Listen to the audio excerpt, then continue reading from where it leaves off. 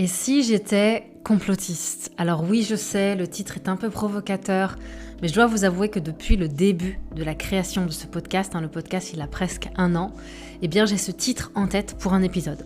Les mois ont passé et j'ai procrastiné jusqu'à ne plus pouvoir enregistrer d'autres épisodes comme si celui-ci était en attente. Donc nous y voilà. Aujourd'hui, j'avais envie de vous parler de mon expérience personnelle, des réflexions intimes et aussi des recherches que j'ai pu faire au fil des années, qui, lorsque j'en ai parlé ouvertement, ont été la cause de cette étiquette de complotiste dont on a pu m'affubler. Je suis Ama Saul, entrepreneur et maman de 3 enfants. Chaque mardi, je te retrouve ici pour un nouvel épisode autour du bien-être, du couple, de la sexualité, de la spiritualité et de tout ce qui traverse nos vies de femmes. En toute simplicité, je te partage mes réflexions, mes expériences et des pistes concrètes pour avancer dans le corps, le cœur et la foi. Si ce podcast te plaît, pense à le partager à une amie et à laisser une note ou un petit mot pour le soutenir. Alors bonjour à toutes et à tous, j'espère que vous allez bien et surtout que vous gardez une forme de paix intérieure dans ces temps assez chaotiques que nous traversons de révélation. Je tiens à préciser que le mot apocalypse veut dire, si on prend la racine étymologique grecque, veut dire dévoilement, révélation. Donc oui, on est dans des temps d'apocalypse parce que on est dans des temps de dévoilement. Alors déjà, commençons ensemble par regarder d'où vient ce terme complotiste. D'accord ? Le terme complotiste a été initié par la CIA pour décrédibiliser dès 1967 toute personne refutant les conclusions de la commission Warren sur l'assassinat du président Kennedy. D'accord ? Donc c'est un thème qui est devenu une étiquette, presque une attaque personnelle, pour dissuader quiconque de se préoccuper des liens existants entre des événements politiques majeurs, d'accord ? Tels que les assassinats, les attentats, des fraudes électorales massives ou la corruption systémique de certains secteurs d'activité. Ce qui est intéressant aussi, c'est que pour décrédibiliser ceux qui avaient des théories se basant sur des preuves concrètes, la CIA a bien balancé de son côté des rumeurs sur des théories de complot complètement loufoques. D'accord ? Donc ça veut dire que à cause de ça, il y a eu une énorme association entre des personnes qui pensent, réfléchissent et questionnent les intentions des puissants et ce terme de complotiste au sens péjoratif du terme, complètement perché, loufoque. D'accord ? Personnellement, j'ai commencé à me poser des questions sur le monde quand j'étais jeune adulte, début de la vingtaine, peut-être 19, 20, quelque chose comme ça. J'ai commencé à avoir une soif, en fait, pour mieux comprendre le monde. D'accord ? Ce monde ouf dans lequel on vit, quand même. Et s'en est suivi pas mal de recherches, en fait, une période de recherche, de visionnage de documentaires, etc. Alors oui, dans le tas, il y avait des choses très borderline, les extraterrestres, le trafic d'humains par nos dirigeants, des plans de réduction de la natalité, des expériences interdites sur l'humanité, le contrôle des comportements de masse, des vaccinations dangereuses, etc., et j'en passe. J'ai vu beaucoup de choses. Alors non, ça ne veut pas dire que je me suis mise à tout croire, à tout absorber bêtement, pas du tout. Et je tiens à préciser que je n'ai pas non plus poussé les recherches à fond comme certains peuvent le faire. D'accord ? D'une, tout simplement parce que j'ai pas le temps, pas l'envie et que voilà, ça n'allait pas vraiment changer, j'allais pas vraiment changer les choses à mon échelle, en tout cas à ce moment-là. Mais ça m'a permis d'avoir accès à un autre narratif, un autre point de vue que celui que l'on nous donne à manger aux infos de 20h, voyez-vous. Il y a eu un temps quand même où le JT de 20h, c'était la source sûre, la vérité avec un grand V. D'accord ?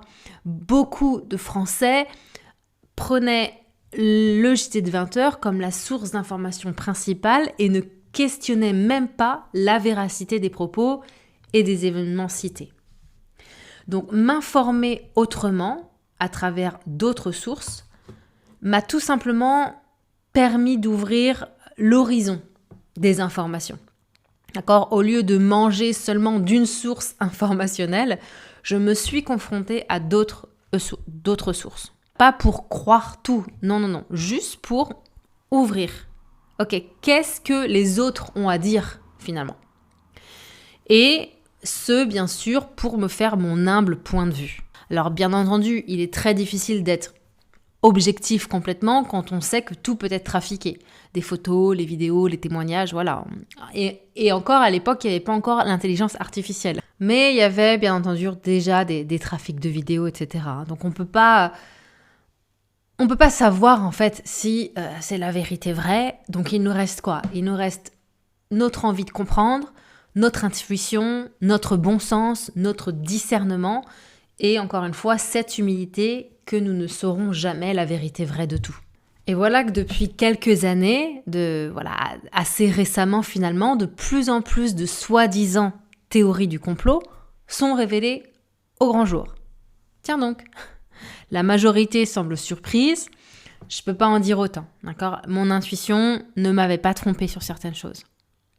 Si on parle des dernières révélations avec le dossier E, j'ai pas envie de dire son nom, mais tu sauras de quoi je parle, cela fait des années, même bien avant 2020, où le dossier a été rendu public, que je suis tombée sur cette info. Le trafic d'humains dans les hautes sphères de l'État, des finances, d'Hollywood. Et comme beaucoup, j'avais pas envie d'y croire, d'accord ? Mais mon intuition déjà percevait la noirceur de ces sphères.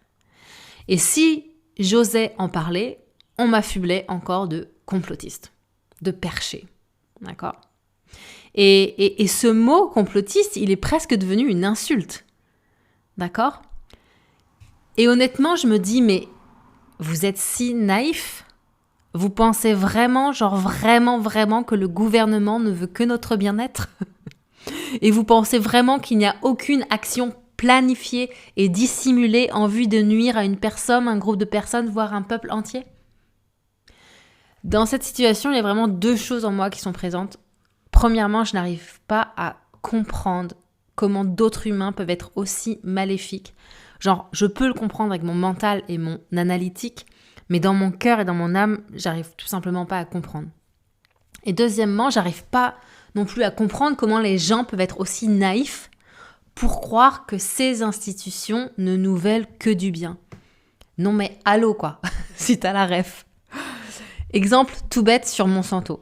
Alors peut-être que tu l'as vu, le documentaire Le Monde, The World According to Monsanto, Le Monde selon Monsanto. Un petit historique, on va dire, rapidos. Monsanto, c'est une entreprise américaine qui a commencé à produire la saccharine. C'est un des premiers édulcorants artificiels et qui la revendait à une société en développement à l'époque appelée Coca-Cola. Puis, Monsanto a produit beaucoup d'autres choses, notamment l'agent orange, je ne sais pas si tu te rappelles, l'arme chimique utilisée pendant la guerre au Vietnam. Monsanto a continué avec des hormones de croissance transgéniques pour les bovins et le fameux Roundup. Alors, le Roundup, c'est quoi ? C'est un pesticide tellement fort que même les plantes meurent. Ah bah c'est dommage ça. Donc, qu'est-ce qu'ils font ? Eh bien, ils créent des plantes génétiquement modifiées, résistantes au Roundup. Voilà, ça paraît tellement aberrant, la catastrophe écologique, sanitaire bien sûr. Et comme Monsanto a plus d'un tour dans son sac, ils se mettent dans un laboratoire pharmaceutique en 2000 pour finalement être rachetés complètement par Bayer. Bayer, la société pharmaceutique et agrochimique allemande. Alors bien entendu, Bayer va complètement effacer le nom de Monsanto pour des raisons d'image de marque défavorables. Ouais, ok. Ici, encore, c'est un exemple de ce qu'on appelle la Big Pharma. D'accord ? On te rend malade avec des produits chimiques, des OGM, et ensuite on te vend des médicaments. Et quand on parle de Big Pharma, on pouvait encore être traité de complotiste. Juste parce que tu t'es intéressé au sujet avant que les grands journaux comme Le Monde en parlent. D'accord ? Un autre exemple aussi avec la vaccination contre le Covid. Alors oui, j'ai entendu parler de beaucoup de choses concernant ce vaccin.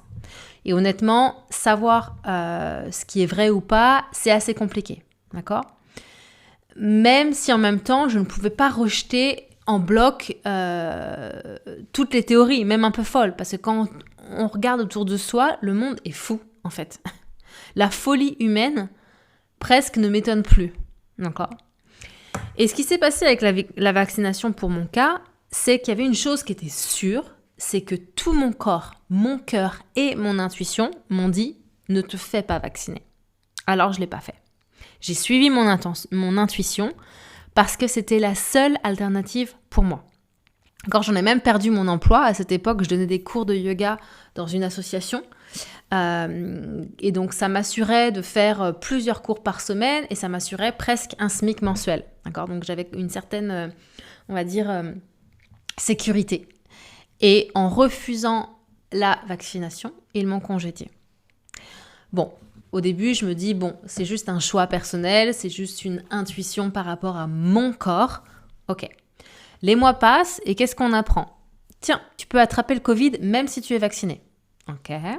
Tiens, tu peux le transmettre même si tu es vacciné. Ok. Alors après, on nous dit, non, mais vous inquiétez pas, si vous êtes vacciné, vous ne pourrez pas développer de forme grave. Ah, tiens, changement de narratif. Tu peux maintenant développer une forme grave même si tu es vacciné. Donc là, je me dis, dis donc, j'ai bien fait de suivre mon intuition.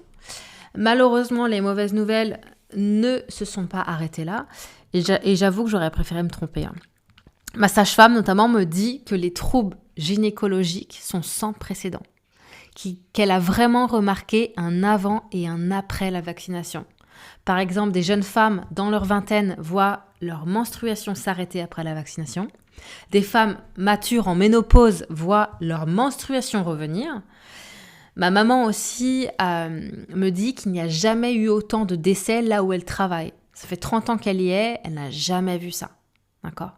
Et ce ne sont pas des décès liés au Covid, mais des infarctus pour la plupart ou des cancers super rapides.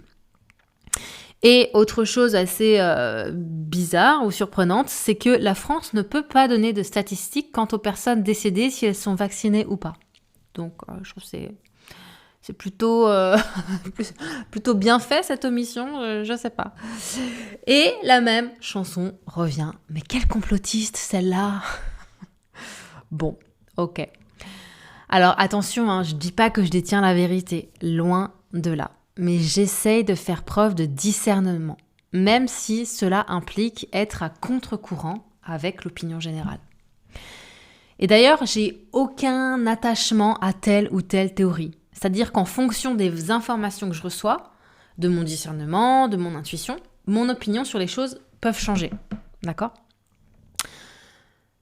Mais c'est vrai que pour le moment, et ça m'attriste quand même, beaucoup de mes intuitions de complotistes, si tu veux les appeler comme ça, ont été mises au grand jour et sont devenues des faits divers, quoi.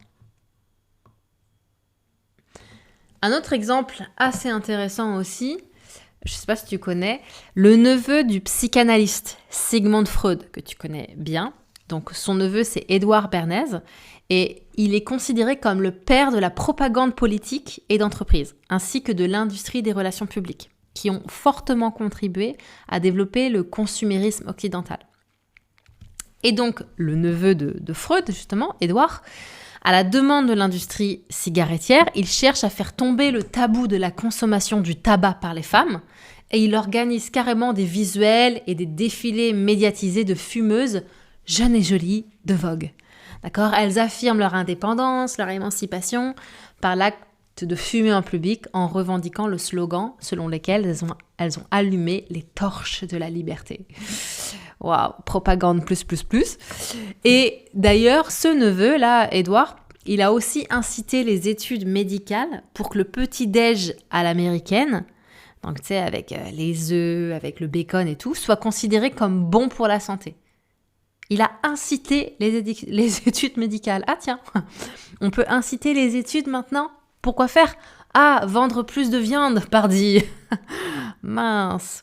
En gros, il a vraiment été l'un des premiers à industrialiser la psychologie du subconscient pour persuader l'opinion publique malgré elle.